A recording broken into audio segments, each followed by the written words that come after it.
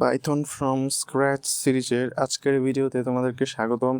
আজকে আমি কথা বলবো সেট এর ক্ষেত্রে আমাদের সেট থেকে একটা ডাটা রিমুভ করতে যেই মেথডসগুলা ইউজ করতে হয় সেগুলা নিয়ে। অ্যান্ড আজকে আমি remove, discard, pop and del নামের কিওয়ার্ড এগুলার কাজ তোমাদেরকে দেখাবো। সো চলো শুরু করা যাক। সো ফার্স্টে আমি একটা ভেরিয়েবল ক্রিয়েট করব, সেটা হচ্ছে যে বক্স নামে একটা ভেরিয়েবল ক্রিয়েট করলাম। অ্যান্ড এইটার মধ্যে আমি কিছু ডাটা অ্যাড করব, যেমন 2 4 5 6। তারপর একটা আমি স্ট্রিং যদি দেই, হচ্ছে যে এই নামে একটা স্ট্রিং দিলাম। অ্যান্ড আমি এখন রিমুভ মেথডটা ইউজ করে এখান থেকে একটা ডাটা আমি রিমুভ করব। সো রিমুভ মেথডের ক্ষেত্রে একটা জিনিস মনে রাখবে যে তুমি যেই ডাটাটা এখানে ডিলিট করতে চাচ্ছ ওই ডাটাটা এই তোমার সেটের ভিতরে থাকতে হবে। যদি সেটের ভিতরে না থাকে সেক্ষেত্রে তুমি একটা এরর পাবে। সো এখন আমি যদি রিমুভ মেথডটা ইউজ করি, সো বক্স ডট রিমুভ আমি একটা স্পেসিফিক ডাটা আমি ডিলিট করবো, ধরো আমি 4 ডিলিট করবো এখান থেকে। সো প্রিন্ট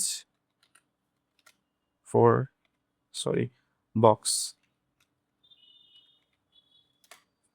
সো তোমরা দেখতে পাচ্ছ যে এখান থেকে 4 ডিলিট হয়ে গেছে। এখন আমি যদি এখানে 4 না দিয়ে এমন কোনো একটা ডাটা দেই যেটা এই সেটের ভিতরে নাই, সেক্ষেত্রে দেখবে একটা এরর পাবো। সেটা হচ্ছে যে ধরো আমি এখানে 9 দিলাম, সো এখানে একটা কি এরর ওরা দেখাচ্ছে।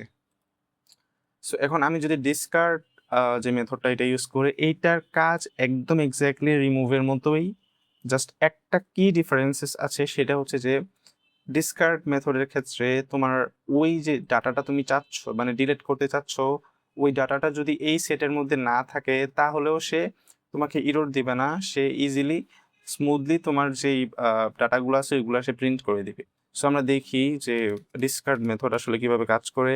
সো ডিসকার্ড সো তোমরা দেখতে পাচ্ছ যে এখানে 9 আমাদের কিন্তু এখানে এই সেটের মধ্যে নাই, কিন্তু তারপরেও ডিসকার্ড মেথড আমাদেরকে কোনো এরর দেয় নাই, পুরোটাই স্মুথলি প্রিন্ট করে দিচ্ছে। সো এখন আমি যদি ডিসকার্ড মেথড দিয়ে ডিলিট করতে চাই সেক্ষেত্রে আমরা 4 দিলে আমরা এখানে দেখতে পারবো যে সাকসেসফুলি 4 ডিলিট হয়ে গেছে। সো এই ছিল রিমুভ অ্যান্ড ডিসকার্ড মেথড, খুবই ইজি এগুলা। অ্যান্ড আমি যদি পপ মেথডে আমি যদি যাই, সেক্ষেত্রে পপ মেথড হচ্ছে তোমার র্যান্ডমলি এখান থেকে ডাটা ডিলিট করবে। বিকজ আমরা জানি যে সেট কোনো ইন্ডেক্স নাম্বার ফলো করে না, সে মানে ওর মধ্যে কোনো ইন্ডেক্স নাম্বারিং যে কনসেপ্টটা ওইটা নাই। সো এখন আমরা যদি এখানে পপ মেথডটা ইউজ করি, পপ যেহেতু র্যান্ডমলি আমাদের ডাটা ডিলিট করবে, তাই এখানে আমাদের কোনো স্পেসিফাই করে দেওয়া লাগবে না। সো আমরা যদি এখন প্রিন্ট করি, দেখবা যে র্যান্ডমলি সে ডিলিট করছে। কি ডিলিট করছে? সে 2 ডিলিট করছে, এখান থেকে 2 ডিলিট করছে। So 4 5 6 and 8। সো এই হচ্ছে পপ মেথডের কাজ।